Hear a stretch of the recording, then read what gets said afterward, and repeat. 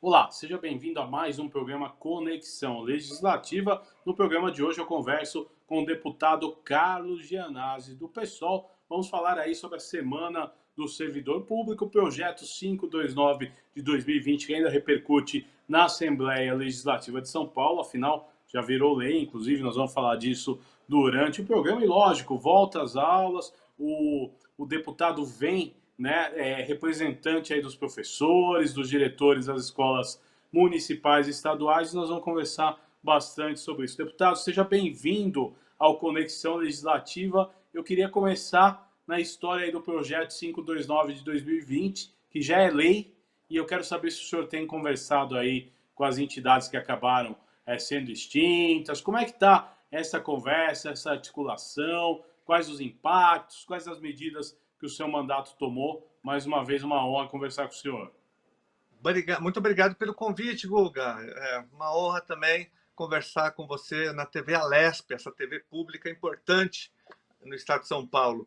Guga, acontece o seguinte, infelizmente o PL foi aprovado, o PL 529, que tem mais de 500 maldades em várias áreas, né? Nós conseguimos, através de uma ampla mobilização, retirar algumas maldades, algumas entidades, algumas fundações que seriam extintas, mas não foi o suficiente para aplacar todas essas maldades que eu disse. Nós conseguimos retirar o Oncocentro, a FURP, a Fábrica do Remédio Popular, o ITESP e as universidades. Porém, o governador, na peça orçamentária enviada à Assembleia Legislativa, ele reduziu o orçamento, né? Os orçamentos, os recursos de todas essas instituições e fundações que eu citei.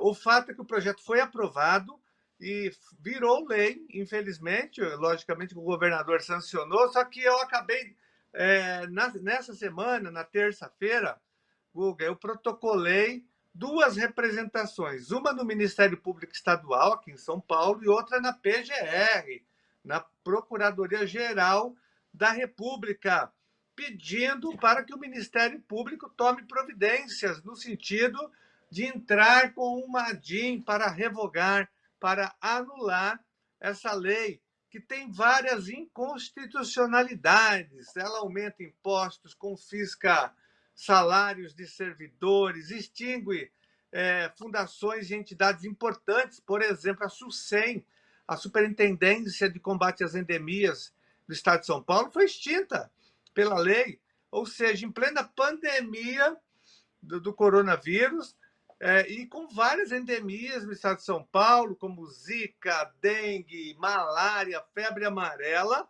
o Dória extinguiu uma instituição do SUS, do Sistema Único de Saúde, que o Bolsonaro tentou desmontar agora, tentou privatizar e não conseguiu, porque o Brasil reagiu, o Brasil inteiro reagiu com indignação.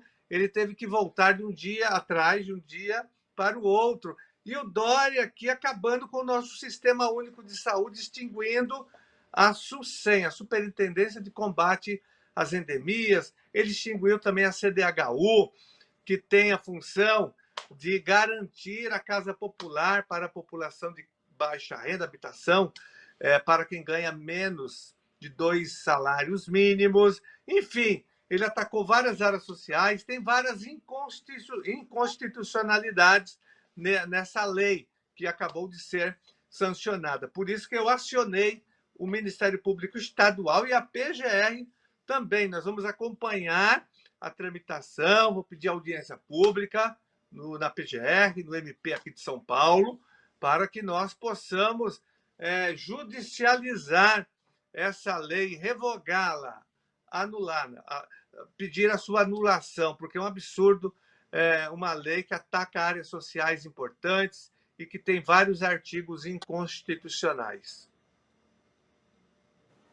Legal, deputado. E outra situação, como o senhor falou, já tem tomado as providências, mas nós estamos na semana do servidor público, né? Dia que é comemorado dia 28 do mês de outubro todos os anos, né? Quais as coisas que o servidor hoje pode comemorar e o que ele não tem tanto a comemorar? O senhor também que é servidor público experiente, defensor dos servidores públicos na Assembleia Legislativa. O que a gente pode falar para o servidor público que nos assiste? Olha, a única comemoração possível é a luta dos servidores, né? E o reconhecimento de uma parcela da sociedade que sabe muito bem que é um servidor público que atende a população, é ele que viabiliza, que materializa as políticas públicas e sociais do Estado brasileiro, sobretudo os direitos consagrados na Constituição Federal. Mas os governos não reconhecem, os governos têm atacado sistematicamente os servidores, têm criminalizado e satanizado, junto com a mídia, junto com o mercado. Eles querem acabar com os servidores públicos do Brasil. E quando eu me refiro ao Ministério Público, eu estou falando aqui do professor, da enfermeira, dos servidores da segurança pública, da assistente social, dos bombeiros, de quem atende lá na ponta a população, dos escreventes do TJ, dos oficiais de justiça, dos trabalhadores do Ministério Público, dos trabalhadores da Defensoria Pública, dos hospitais públicos, das escolas públicas, que estão lá na ponta e ganhando muito mal, sem nenhuma valorização salarial. Então, a nossa comemoração é de luta e resistência contra os ataques em curso hoje no Brasil. A reforma administrativa do Bolsonaro, que já está sendo debatida no Congresso, que vai acabar com o concurso público, com a estabilidade, que vai permitir o aparelhamento da máquina pública, que vai permitir, sobretudo, controle político e ideológico, que vai apadrinhar os empregos na administração pública, porque ele vai diminuir de uma forma significativa, na verdade, a reforma administrativa, o número de servidores concursados com estabilidade, né? Um guarda de trânsito, por exemplo, ele tem estabilidade hoje. Então, ele multa um juiz, um desembargador, como aconteceu em Santos recentemente, e ele não tem medo, porque esse desembargador não pode fazer nada contra ele, né? Agora, se ele não é efetivo, se ele não tem estabilidade, ele automaticamente perde seu emprego, porque o desembargador ou a pessoa que foi multada pode ter influência política, né? E pedir a demissão desse servidor. Por isso que a estabilidade é importante. Então, tem esse ataque da reforma administrativa. O PL do Dória 529 também atacou os servidores, porque ele permite o aumento da alíquota de contribuição do IANSP, ou seja, vai aumentar o desconto na folha de pagamento dos servidores do Estado de São Paulo, que já foram vítimas de uma reforma previdenciária agora no início do ano, em março, que já estão pagando mais, tendo um desconto maior, agora vão ter um desconto maior ainda por conta do IANSP. Tem o ataque, que eu não posso deixar de registrar, dos servidores aposentados, dos pensionistas. O Dória, em plena pandemia, também, de uma forma inacreditável, publicou um decreto confiscando os salários dos aposentados que ganham abaixo do teto salarial do INSS. Por exemplo, Guga, um professor que se aposentou com R$ 2.000, ele já vai ter que pagar 12% do seu salário para a Previdência. Isso não existia até ontem. O Dória criou essa novidade. O que existia era aquela famigerada e nefasta emenda 41, que cobrava de quem ganhava acima do teto, que nós fomos contra, né, do governo federal, isso em 2003. Agora, o Dória inovou, porque ele cobra quem está abaixo do teto, que são os que mais sofrem com a desvalorização salarial. Um agente de organização escolar que se aposentar, né, se ele tiver alguma incorporação com salário de R$ 1.500, que é difícil, ele já vai ter que pagar 12% também. Então, é um atentado contra os aposentados e pensionistas que ganham abaixo do teto do INSS, que gira em torno de R$ 6.200. É um absurdo. São vários ataques vindo de todos os lados. A lei complementar 173 do Bolsonaro, que congelou os salários, os reajustes, as reposições das perdas inflacionárias, que congelou o quinquênio, que congelou a sexta parte, que congelou tudo, a licença-prêmio, tudo foi congelado pela Lei Complementar 173, congelamento até 31 de 12 de dezembro de 2021. Então, é por isso que eu digo que nós não temos muita coisa para comemorar, mas sim para lutar, porque os servidores estão sendo duramente atacados. E olha que eles foram reconhecidos, nós, porque eu também sou professor, diretor de escola pública, os servidores foram reconhecidos pela população durante a pandemia, sobretudo.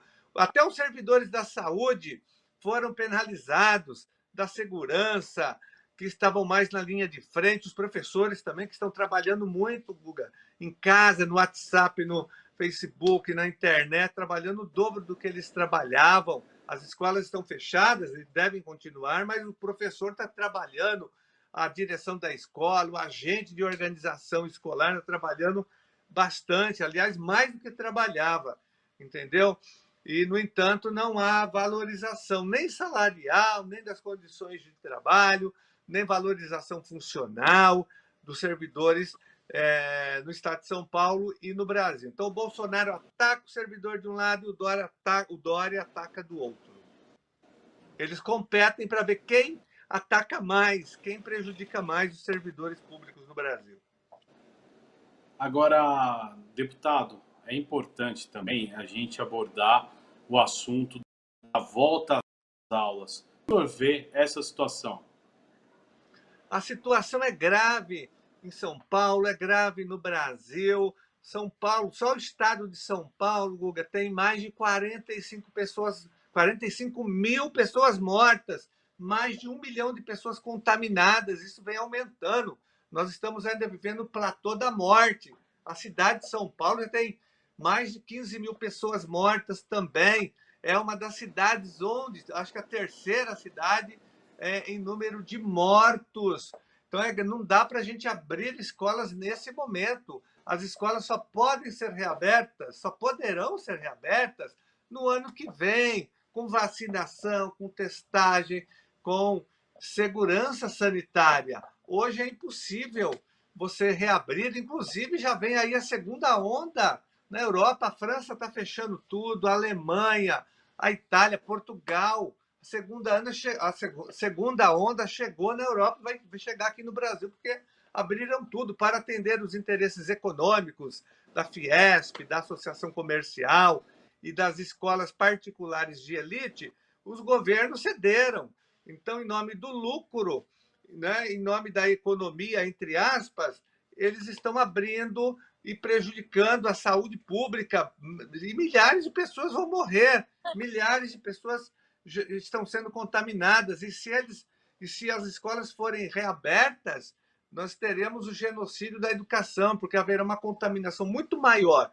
E nós vamos ter professores morrendo, servidores da educação em geral se contaminando, e familiares também dos nossos alunos. Então, não é o momento de reabrir escolas, nem parcialmente. É o momento de reformar as escolas, adequá-las para o novo momento que nós vamos ter. É o momento do governo bancar banda larga para todos os alunos da rede pública, para todos os professores e servidores da educação, dar computador para os alunos, para os professores. Não esse programa que o Rocieli Ventralb fez, que é um absurdo, esse programa do computador do professor, que o professor vai ter que pagar.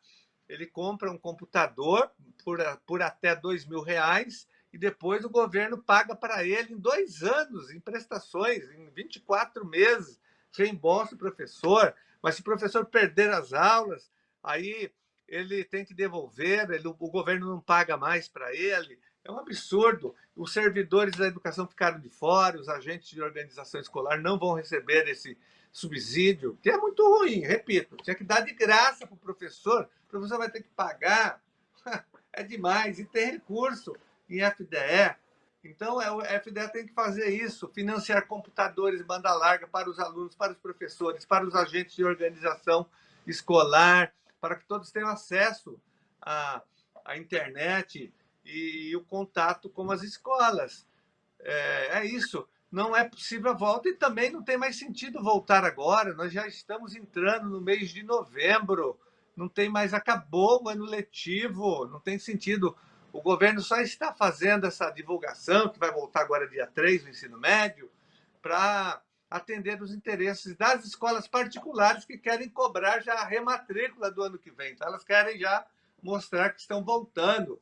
E os governos cedem aos interesses das escolas particulares, até porque o Conselho Estadual de Educação é constituído por representantes desse setor, o secretário também dialoga com esse setor, ele não dialoga com os professores, ele não chama a POSP, a UDEMO, a PASE, a FUSE, o CPP para conversar, o SIMPEM, a Profem, o Sinesp, o Sindicep, que são as entidades, a CNTE, para conversar, para buscar uma saída. Não, ele conversa com os donos das escolas particulares, ele não chama o Simpro, que é o Sindicato dos Professores da Rede Particular, e nem a FEPESP, que é a Federação dos Professores do Estado de São Paulo, chamou no Celso Napolitano, não foi chamado, por quê? Porque eu represento os professores da rede particular. Rocieli foi chamar quem? Foi consultar, e ele disse isso numa entrevista coletiva, junto com o Dória.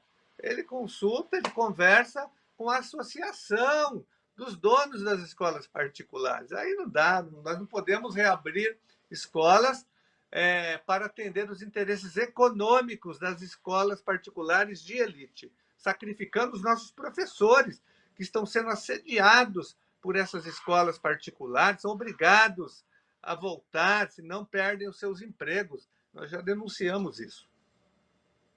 Agora, deputado, estamos aí entrando no mês de novembro, final do ano chegando, né? Um ano extremamente difícil para todos nós, porém, nesse mês de novembro, mês de dezembro, vai começar a discussão do orçamento 2020, que eu não tenho dúvida que vai ser um dos orçamentos aí mais difíceis na discussão, porque vai ser um orçamento de um ano pós-pandemia, se é assim que a gente pode chamar, porque na verdade a gente pode dizer que é mais um ano aí entrando com a pandemia, né, nos prejudicando e nos assustando, né?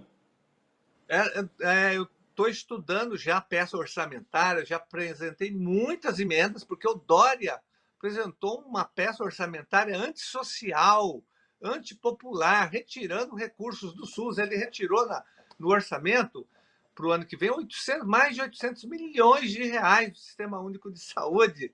Absurdo total. Eu apresentei a emenda recompondo e aumentando o orçamento da saúde.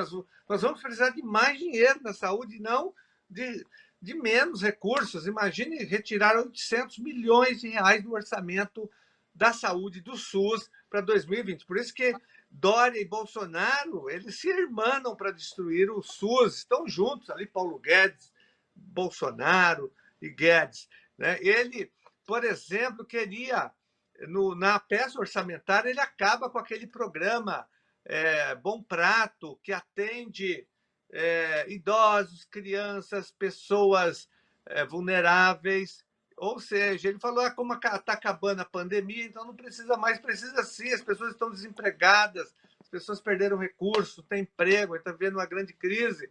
Então é um governo que tem ódio dos pobres, dos trabalhadores. Como que tem uma medida dessa acabar com um programa importante como esse? Tá, acabou. Disse que vai recuar agora porque a imprensa divulgou, né? Isso foi denunciado. Ele faz vários cortes em várias áreas. Na segurança pública tem corte orçamentário. Eu fiz um estudo.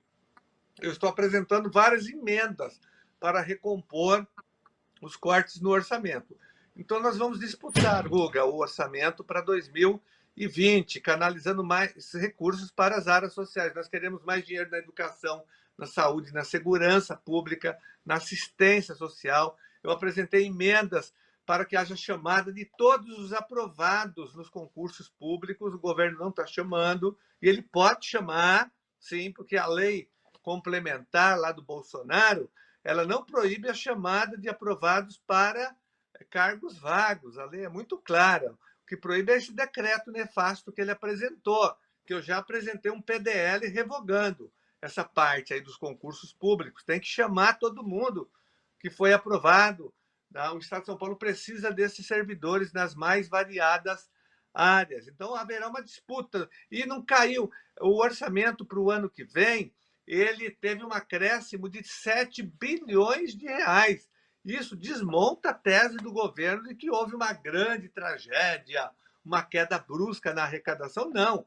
Em relação ao orçamento do ano passado, o orçamento para 2021 cresce 7 bilhões de reais. Então, o governo não diz a verdade. E aí ele começa a querer cortar, fazer ajuste fiscal contra o povo e acabando com os serviços públicos. Então, nós vamos fazer a luta no orçamento para recompor todos os cortes que o governo fez na Defensoria Pública, no Tribunal de Justiça. E isso vai prejudicar os servidores, vai prejudicar a população.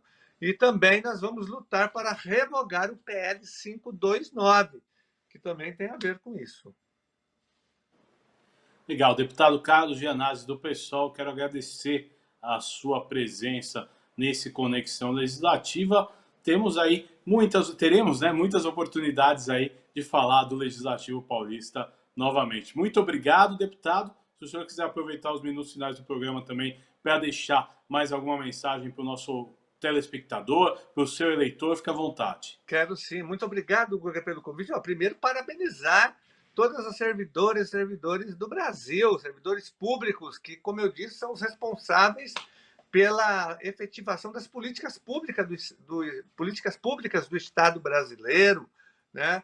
São os servidores que estão atendendo a população nos hospitais, é a enfermeira que atende no hospital, é o médico, é a médica, é a professora, o professor, é o agente de organização escolar, é o pessoal da gestão, é o bombeiro, é o pessoal do SAMU, é o pessoal da segurança pública, da assistência social, o pessoal, os psicólogos, enfim, nós temos todo um aparato de servidores atendendo a população. Então, parabéns, servidores. Nós vamos continuar aqui na Assembleia Legislativa lutando em defesa da população, em defesa de prestação de serviços públicos de qualidade. E vamos defender todos os trabalhadores do serviço público e do serviço privado. Um abraço a vocês. Obrigado, deputado Carlos Gianazzi. Esse foi o programa Conexão Legislativa de hoje, que falou aí da Semana do Servidor Público e outras coisas do mandato do deputado Carlos Gianazzi, do PSOL. Você pode ver e rever este e outros programas em nosso canal no YouTube. Até o nosso próximo encontro. Tchau!